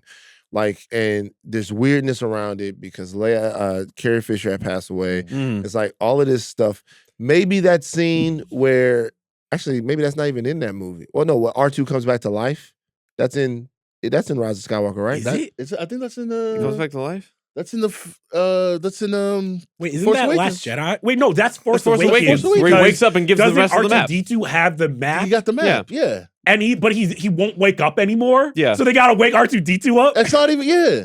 Yeah. That's how Brother. trash some of that shit was. Because I forgot about that whole plot point. Yeah. He just wakes up and then just gives And him then the they map. gives him the map Yeah. to Luke. He wakes up in Force Awakens. What does R2 do in? He does something in Rise of Skywalker. Am I tripping? Sure. I don't know. I've only seen it the one time. Like I can't. Oh! I'm trying They to do fly some. now. What They about fly now? what about Han talking to Kylo? Whack. Force Ghost Force goes home. on the little. Not great. Whack. If you like that scene? I don't know. That fight. Why you bringing it up? That fight know on that shit whack. the water was kind of all right, but man. I literally cannot remember anything about that film. But And you know what, that's my thing though. We talk about Star Wars as if it's the like abject, not. Peak of all fiction. Like, But is we the kind peak of do of all because fiction. think about it. Like they've kinda only made, can be they've sometimes. only made one, arguably two boring movies. right. Right? Like I think we need to like not readjust our expectations, but like really like stop missing the forest for the trees and be like Star Wars. It ain't Man. personal. Star Wars cooks, man. Like Yeah. let's calm down. Let's stop paying a little bit. Hey, look. I think this movie did a great job. And again, it's Hey, like all I'll something- say is that's a nice album every 10-year average with Star Wars, if we being real. Yeah. And that's okay. What's the Illmatic? Is but- Empire- But it turned out. One of them was It turned out. was It turned Illmatic. out that nigga was lying. We ready for Midnight Meter? Let's do it. All right, y'all know what the Midnight so- Meter is. 1 to 12. 1 it's being easy. reserved for total dog shit. 11 and 12 for absolute game changers. Let's start with you, Jomi. What are you giving this? I'm stuck between a 7 and an 8. I'm gonna give it an 8, man. I'm gonna give it an 8. I think what elevates it for me is that like we actually get to see Grogu be somebody like what Grogu can look like in the future. He's not just a backpack. He's an actual full-fledged character that can like has his own motivation, that does his own thing. And I really love that little section of the movie. The action's great. I had a fun time in the theater. I think it's an 8 for me. Steve? Little sparse. I'm giving this a light to solid 7. 8. For me. 8. 8. Mhm. Okay. 7. I thought about a 7, but I think it's an 8. Okay. I'm gonna give this one a 6. Okay. It's an enjoyable time at the theater. I don't hate it. I was entertained. But with me giving it a 6, the last question I kind of want to ask y'all is, in this summer of content, we've been talking about how important this year is just for like the stuff that we cover. Are we in the era where a good time at the theaters for us is enough? Or, Yes. do one of these movies really have, like, if we watch Spider-Man and we're just like, it's a good, like, are we gonna be like, yeah? Or are we like, damn, we really need one of these to like, Well, I don't think that's movie by movie. I think it's overall. We need 2 bangers though. Okay. So, I need so Dune, Odyssey, Spider-Man, Avengers. You need all those Avengers. to hit? I need 2 of those. we need 2 bangers. Like it's like Okay. they can all be good because people are going back to the But movies. one's got to right? be fucking But awesome. we need 2 bangers. And I think that Which Well, but 2 that's is like, the which- most important? Which of those 4 are the 2 most important to be a and banger? I'ma be- Important? and so I'm gonna be a little dada. Okay, so here's the deal. Dune has got to work. yes. Okay, and it's going to work. Okay, Has to be a banger. Dune must has must be to awesome. a banger? but let me tell you the other one that has to be a banger. I think we all know it. Avengers. I think Gotta bang. I think blanket Avengers. Avengers has gotta to bang. bang. If Avengers has to. Avengers has to bang. If Avengers doesn't bang, We are gonna put a coffin behind us and then Why we'll all you- wear suits. how could you say that with what happened to my father? What's wrong What? with you?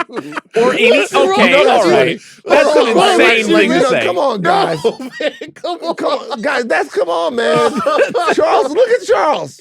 All right, that's a wrap. That's a wrap. Hey, it's out to It's not too much. Avengers has to bang. And for me, Nolan, they talk about you crazy, dog. Oh, come on, No, man. Here's the thing. They If we being real, industry- if we being real, industry Hey, fucking no, if we crazy, being bro. real, niggas gonna hate on the Odyssey whether it's good Whether or it's bad. good or Yeah, bad. they're gonna hate on They the just Odyssey. wait. no, I'm no, waiting for it. Hey, I'm let not me tell talking y'all about that something. fake stuff, though. I'm not talking about that woke anti. No. I'm talking about they want to see Nolan trip. They They do. want to see They Nolan want to trip. see Nolan fuck up. Ah, man, I'm not there yet, brother. Let me tell y'all something.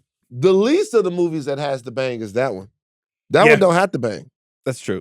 Nolan's legacy is secure. First of all, I can tell you right now that if they cast Elliot Page as the Ghost of Achilles, they're gonna have picket lines. It's gonna be a Turning Point USA conference outside Right, of yeah. the fucking thing. But are we on a not like us run where Denny looking at the Odyssey, if it don't move the way it moves, he's like, hey yo. Yo, Nolan was on top for a while, but I don't know, it's a man. new kid in town. he the man if that happens. Yeah. Whoa, you think the hierarchy of power No, in the director's changes? I think kinda if he takes Bond to where I we think it is, al- then he's I think it kind of already And has. that's why Wait, I'm you not think like- it already is? Yes, little bit. and that's why I'm not like. All right, we wildin'. No. But Wait, that's give why me I the- don't. That's why I give me the don't. filmographies. Think, Give me the filmography.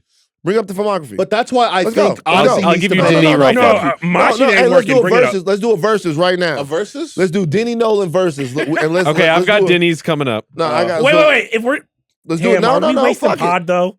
Is this? Are we wasting pod? Nah. Should this No, be we're its going own band. movie? right We're going now. band for band. Is Nolan it- I'm versus doing Denny. Midnight Court on this tomorrow. Bro, let's just talk about. Oh. it I'm right doing now. Midnight Court on this tomorrow. Where we starting? Because we can't. Now here's the thing though. Okay, we can't go all the way back to 2000, right?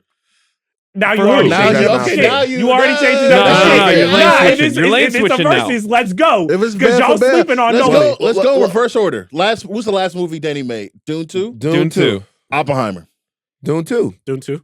Over Oppenheimer. Yeah, I'm Yeah, taking Dune yeah, 2. yeah. Dune 2. You'll be kicked off the pod. I love Oppenheimer. like Oppenheimer not fucking with Dune 2 though. Oppenheimer is not. good.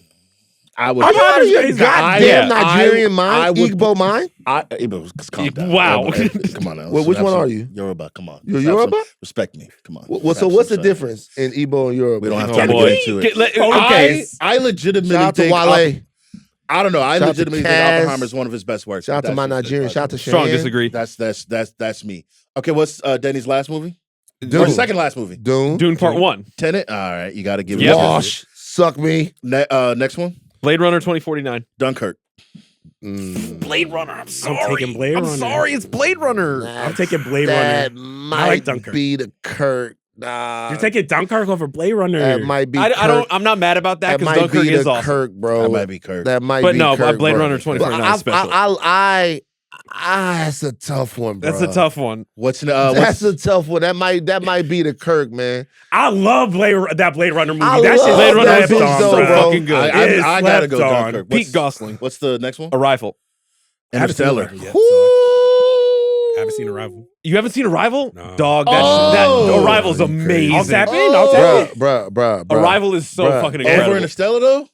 Arrival over Interstellar, easy. Yo, they boxing, Bro, bro. hold They on. boxing, bro. Hold on. I gotta call Joe, bro. I'm sorry, bro. You call who? I gotta call Joe, bro. I gotta call. Joe Robinson? Yeah, I gotta She's call potting Joe. right now. She's literally She's in potting right position now. They started at 10 though. They might be done. It's Let me. a 2-hour pod. Well, then nigga, we'll see if she'll open the goddamn. If she'll answer the goddamn phone. Yeah, on her okay. pod. I call Let's her see. on my pod. Let's see. Oh, answer the phone, Joe. What's up? Joe, Is we're she here? doing a Nolan versus Denny thing, Is she still in the office? and I'm gonna ask you right. Are you still in the office?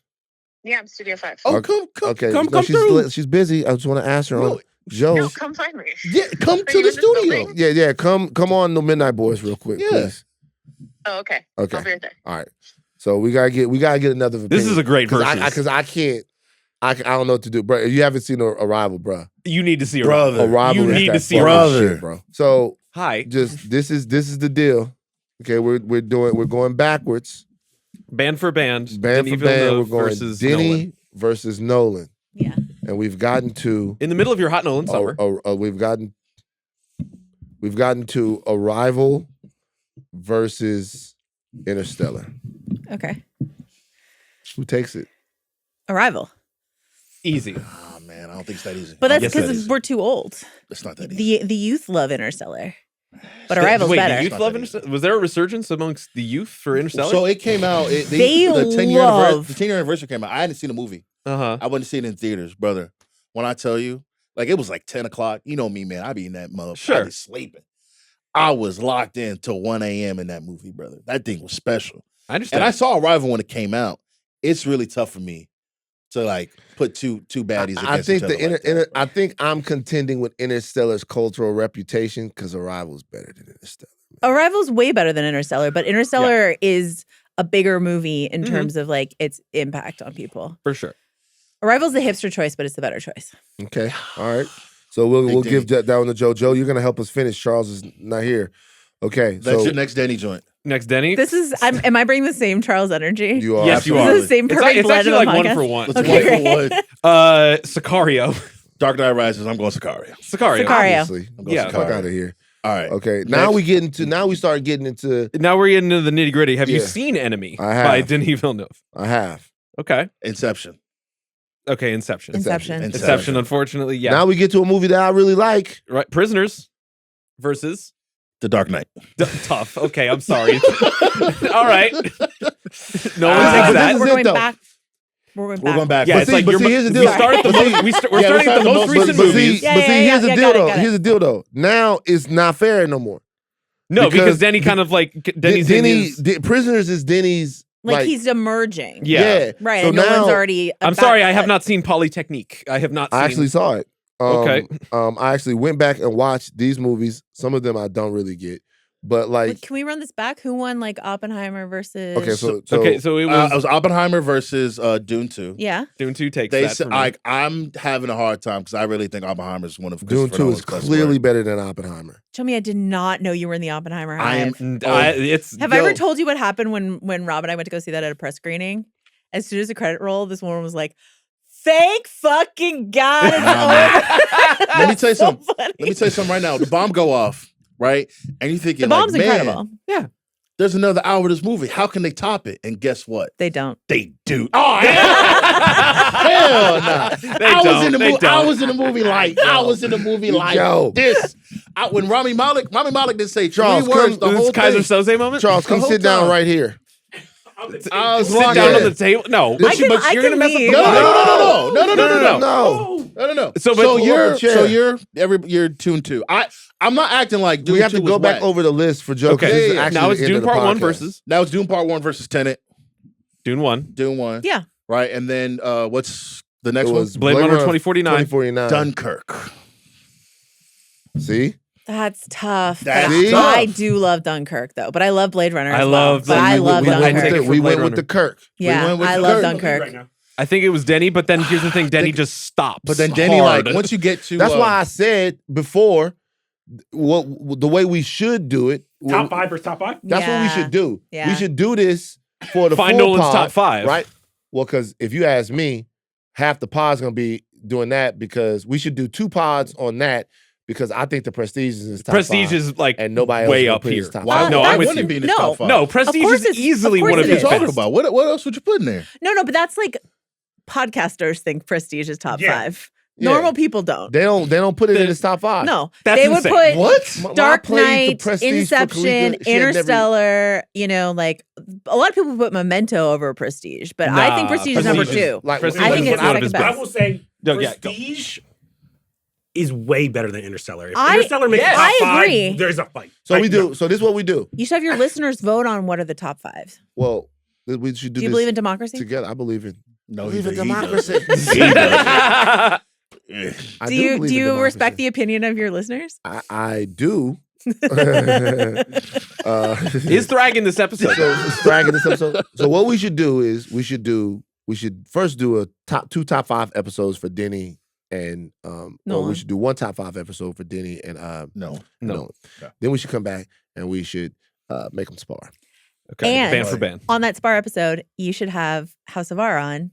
Can't wait. Love it. House of Midnight. Love it. House of Midnight. House of Midnight? episode. Yeah. Okay. So you guys But- do your top 5 episode, and then have us on for the Clash of the Titans. You know what? Okay. Is this our midnight You court? know what? Did We do midnight almost court? might. Maybe you guys should do. Maybe we should take a top 5 from one group, and you guys should take a top 5 from. You guys got too much content. Yeah, man. They're already Yeah. doing Nolan. They We already did do all the Nolan. Nolans, They all so Nolan. yeah. Because the top 5, the Denny top 5 is pretty straightforward to me. The Nolan, even though I love Prisoners, the Nolan top 5 is going to be difficult. Difficult. It's going to be difficult. But to me, Number 1 is easily Dark Knight, right? I mean, I think your Is it must that easy? your must-haves are Dark No, Knight, just Nolan's top 5. Oh, Dark Knight, Prestige. No, my number 1 is The Prestige. I think his Prestige is his best movie. I agree. Yeah. Number But- 1. That's my number 1. I gotta. think The Prestige I'm is on the his best record. movie. The Prestige is my favorite Nolan Prestige is probably it could no. I gotta put my movie. But Prestige again, I is think that's the Oppenheimer. hipster choice. I think Honestly. The Prestige is his It's not best that movie hipster. because it is the ultimate optimal use of all of Nolan's stuff. Yes, We talked it about is this Nolan last night. operating at his absolute peak of his power. All of the Nolan stuff works Have better you in Prestige seen- than works anywhere Have else. you seen Following, his first film? Uh-uh. It's really good. I really recommend you watch it. It really is kind of the It's Prestige like again. it's though. a little over an hour. It's really short. It's black and white. It's not a student film, but basically a student film, and it has everything that he's ever done is in this like first thing that he ever did. It's amazing. Insomnia. Also think about it. Oh, I Hey, like that Insomnia, one. low key kind of great. Is Better than people think. Really good. Tenet's not gonna make it. But guys, these Tenet. movies. think about it. Think about it. Just think about it. I will not You know think what? about it. I would not put Oppenheimer in the top 5 personally. Let's go. Let's go. Man, when he get up there Let's and go. he like, yo, actually, don't put this guy on the committee, bro. I was in tears in my eyes. That was special. Y'all wasn't locked in. It's cool. It meant something to me. Okay. Yeah. I think Okay. that I enjoyed the movie a lot, but mainly because of Barbie. Yeah. John F. Kennedy will return in. I put Barbenheimer in the top 5. I wouldn't put Oppenheimer in the top 5. Brother, that Oppenheimer I is can't good. tell. I'm I not cannot mad that he tell has you. his Oscar for that because that's just like a career cumulative Oscar, Yeah. and that's fine. I'm not like what a miscarriage of justice, but I would not put Oppenheimer in my Nolan top 5. I would. I would put like in my You know what personal I'm top 5. excited? Tenet would make it, but like that's. It's I want crazy. Odyssey in the top 5. I want the Odyssey. Well, to so be that's what so that's fucking that's good. When- that's when- what when- started when the does Odyssey come conversation. out? July July 17th. July 17th. Happy 30th birthday to me. What's So up? maybe we wait to do this around that time. That's for We Odyssey can do it week. as like a ramp up to There's it, a you know. ramp up to it. Yeah. Okay. Production Denny- meetings on the podcast. Denny, Love is there it. another director? Is there another director that could get in there with those two guys right now? right now? No. I mean, Can I be honest? I think Nolan is just like Denny, you over here, Cooler is actually my child. Coog. I think it's Cooler. Dan- it's and Denny. it's like But the some Ryan Sun- top 5 is Ryan top 5 is actually Thin. quite easy. I think Cooler's top 5. Black- just because his Denny. filmography is shorter. He Yeah. just hasn't made Yeah. that Say many black. movies. Huh? You just said black. Black Panther. Oh, Oh. I just, He just says the word black. I was like, what? Welcome to Say podcast. that. Number, Yeah, Media. Black number Panther, 1, Fruitvale Black Panther Station. 2, right? Like, Creed. yeah, Yeah, yeah, easy. of course. Fruitvale Station. So these are all bangers, but I think Ryan's getting Sinners. to. I think Ryan is entering in. I think Sinners is the beginning of his Denny. So this is the right now. But would you ever put like classic Spielberg up Well, against him or something I was like just that? about to say Like because with Disclosure Day is coming out. So You know? that's This is, like, you interesting. got to sift through a lot to make a top 5 for Spielberg. What you mean sift through a lot? He's made a million movies. There's a lot I of. know, I but mean, this nigga made top five's Jurassic pretty easy. Park, Jurassic Park, and Jaws, and like E.T.. fucking E.T. Schindler's List. Yeah. I don't even want to go there. AI? I wanna go there. No AI heads like, here? Like, yeah, his top And five. Catch Me If You Can, a Minority, Minority Report, Report? the two Yeah, best oh, shit. ones. Yeah. Catch Me If You Can is a top 5 Spielberg movie. I- Oh, yes, it is. Agree. What Yeah. director would you Perfect say- movie. Then what director has the greatest top 5? okay, now Probably, we're getting. probably Spielberg. This would feels ha- it like would- this I mean, feels nigga, like Yeah, I don't know. We gotta go. We- But A like- different conversation. I have to go. By the way, this is Mandalorian and Grogu Well, hold on, podcast. but like, can I just say something real quick though? If you're so you're top, not putting John Favreau in this list. if your top Iron Man five, 2. You It's see- Swingers you 5 see times. the- if your top 5 has Chef. E.T., Jaws, and Jurassic Park, it's gonna be difficult yeah. for a lot of people to Yeah. fuck with you. Yeah. Now, you could argue what those other 2 movies are. I mean, look, there's a lot of movies. Like, you could argue what those movies are, but like, if your top 5 has those 3 movies, Yeah. like, bruh, no, Raiders of the Lost Ark. Yeah. Different levels. Yeah, it's like you Different can't. levels. That's Like, it's gonna be difficult for the shit that we talk about. It's gonna be difficult for somebody to fuck with you. Yeah. Because you'd have to put But I think- Raiders in there too, right? I think yes, but I think Nolan versus Villeneuve is a great argument to have. Mhm. And invite us on, please. Joe, before you go, Yes. you know, you guys are gonna cover Man on Grogu You as trying well. to scoop my own pop, my Yeah, take? man, if y'all would just like look at the camera Nah, right don't there. give no takes away. We Listen to don't- House of R. Yeah, listen to House of R. Bad baby. Yeah, give us the benefit. All right, program reminders on Tuesday. House of R gives you their summer hype meter. This is Joanna Robinson. She's the host of House of R, so you would go there and listen to her on that. Do it now. On Thursday, Button Mash discusses Forza Horizon 6 and Lego Batman Legacy of the Dark Knight. Okay. Chuck, take us out. Oh, excuse me. My bad. Our producers. You don't have the producers in here. Please credit the producers. Yeah. Our producers are Aleya, Zenieris, Devon, Baroldi. Jomi Adeniran on socials. Hashtag Dirty Mac and Adeniran. I guess we're leaving on that one. An additional production from Arjuna, Ramgopowell. Chuck, take us out. Mando and Grogu was just okay. The summer of hype keeps rolling. Stay locked in for Denny versus Nolan. Oh, my God.